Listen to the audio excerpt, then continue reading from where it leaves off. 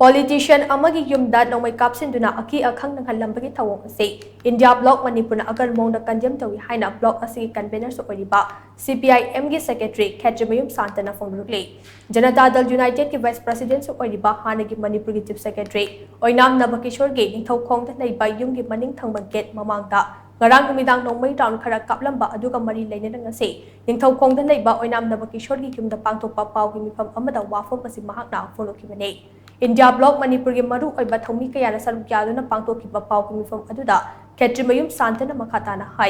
JDU bu oiro BJP bu oiro natraga atopa political party amabu oiro political party amagi luchingba amagi yumda nongmai kapsinduna aki akhang nanghanba asi yaningte handak ikui kuidringai da good governance party ke president Yambem labada attack jothakiba aduso India Bloc Manipur na yaningte handak chief minister na Thobal Hairok amade wangjing pallaga ngakhiba akanba wangang adu condemn tawi Oinam Nabakishore da attack torok ase handaki asina ahanba nate mamang dasu attack torokhiba lekre maram aduna Oinam Nabakishore da matik chaba security PBU haina mahakna mari lainaba singe puning jinjinke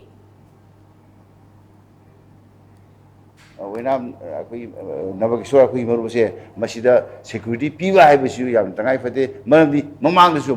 bota akui 18 lok sabagi mamang dasu mahaki ke no attack to bi hele mongoni attack to ani yong lok sureba aduna masi yam gosa dana masi attack to bose akui khamna politically to ra haibase akui sinai masi khulai ba nahal sinama man to bi wa nataba politically akui yanadaba kangmu sing se akui mahaka yanadaba haida politically maduna to ra haibase sinai aduna masi akui high level akui inquiry committee ama semdana Manipur government na adu masamusu Manipur government gi sasanda yan matik jana chief secretary yaw mi moina madu semidana akui siumba se tumde thokdana ba akui